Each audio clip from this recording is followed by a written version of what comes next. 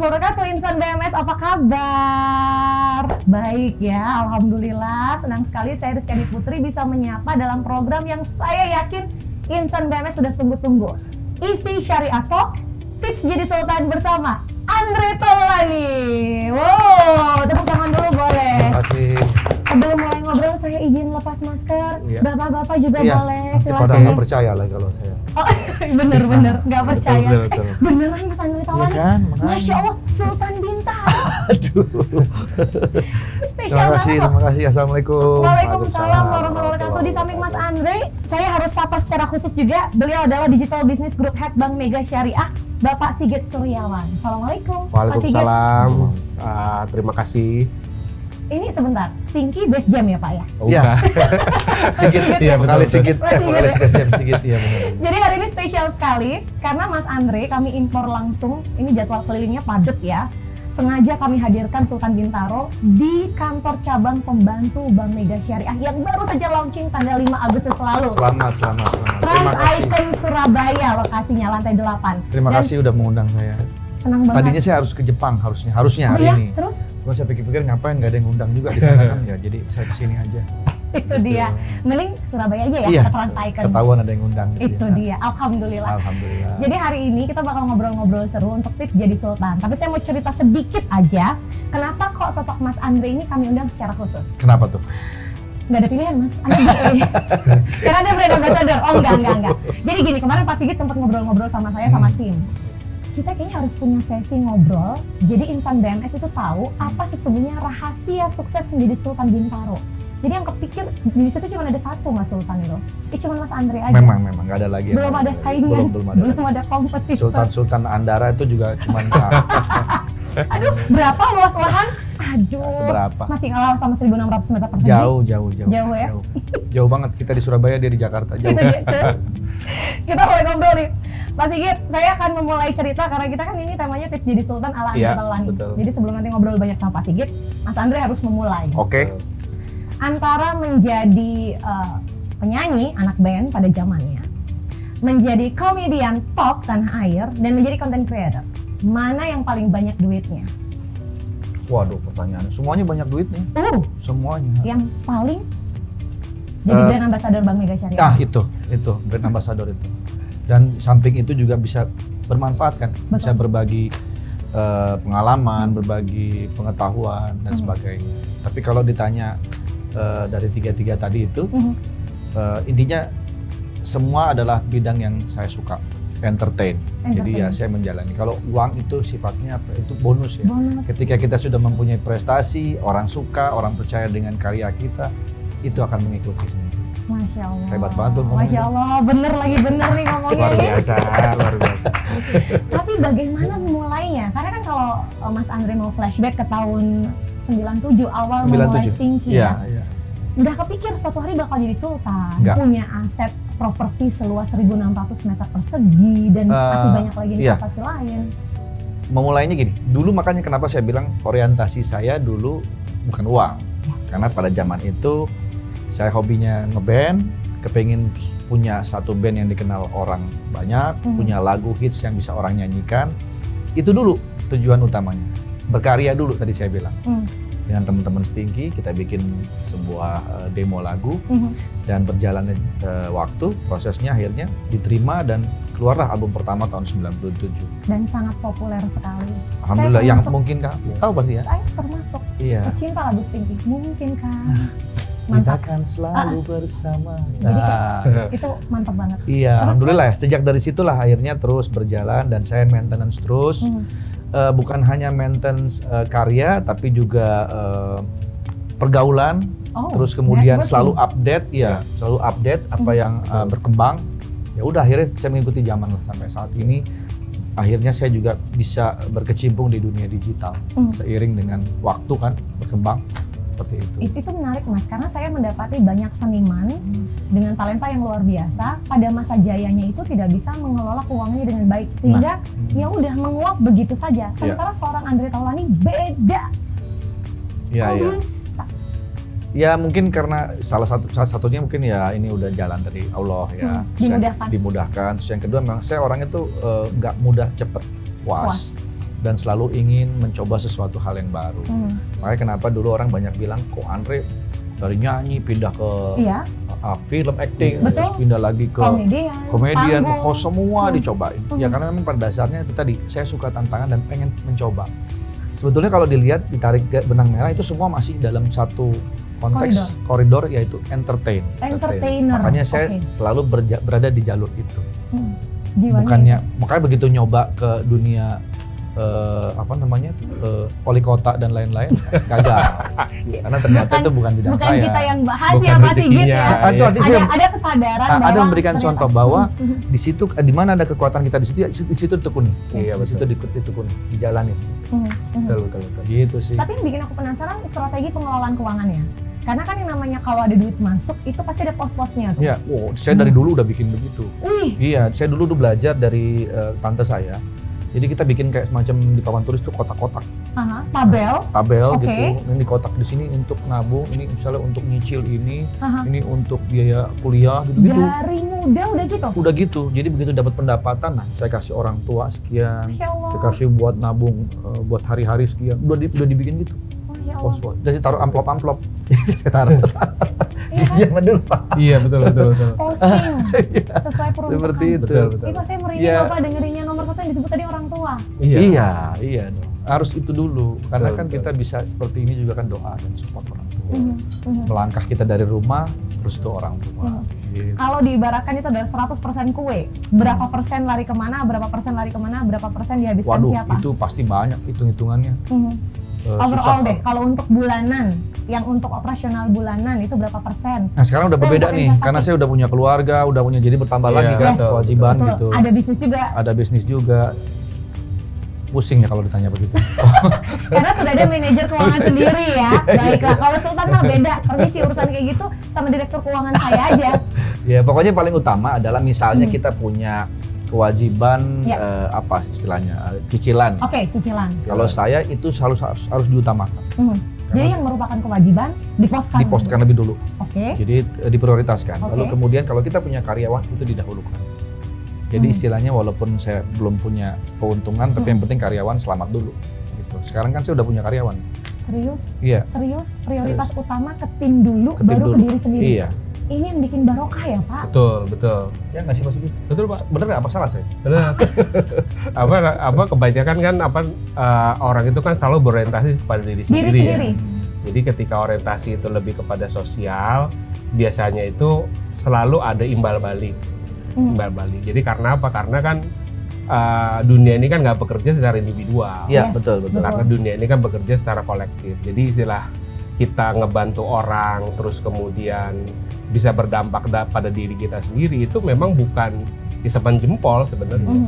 Tapi itu memberikan basic dan memberikan jalan buat kita untuk mendapatkan pendapatan lebih banyak juga. Misalnya gini aja, kalau ada orang yang kita bantu, walaupun dia remeh-temeh lah ya, terus kemudian dia menceritakan kepada saudaranya, terus kemudian saudaranya ternyata dia pejabat di mana gitu ya, atau pengusaha mana, wah kayaknya saya pernah dengar tuh kalau Mas Andre itu lebih loyal kepada pegawainya. Jiwa sosialnya sangat kayaknya dia aja deh gitu kan. Ini kan kita nggak tahu karena memang ada proses dunia ini kan nggak hanya interaksi individu gitu kan.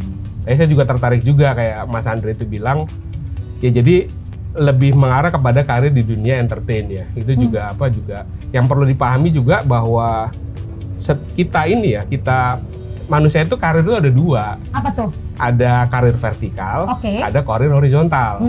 Nah, yang di Mas Andre lakukan itu adalah karir horizontal. Nah, karena memang kan kita kebanyakan dijajah hampir 300 tahun ya. Sehingga orang hanya berpikir karir vertikal, maunya jadi pejabat, jadi Pak Lurah, jadi kepala seksi gitu kan.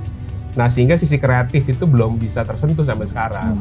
Makanya karir horizontal ini adalah yang kalau di Islam itu ada hablum minallah, hablum minanas. Jadi bagian dari hablum minanas ini adalah salah satunya karir horizontal tadi. Nah, ini bukti bahwa ya karir horizontal itu sama kuat menghasilkan dengan karir vertikal. Jadi problemnya bukan di pendapatan sebenarnya.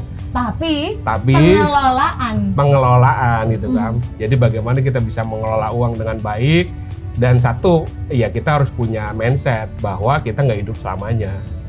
Dan kita juga pasti menua, gitu kan, menua. Dan kita juga tidak hidup sendiri. Itu yang jadi kunci lah. Mungkin Mas Andre itu sukses salah satunya itu ya. Selalu memprioritaskan orang lain. Dan memang itu berat ya, berat. Tentu. Jadi untuk punya kantong kayak gitu kan butuh disiplin gitu. Iya, itu dia tadi disiplin untuk bisa komit ya dengan komitmen, betul. Dan ketika punya pasangan hidup pun punya visi dan misi yang sama dan saling mendukung ya Mas ya. Oke, kita nggak akan bicara cara mencari pasangan hidup yang tepat. Tidak, di sini tips menjadi sultan. Tapi menurut Mas Andre sendiri, definisi sultan itu seperti apa? Apakah harus rumahnya sangat mewah bernilai puluhan miliar rupiah?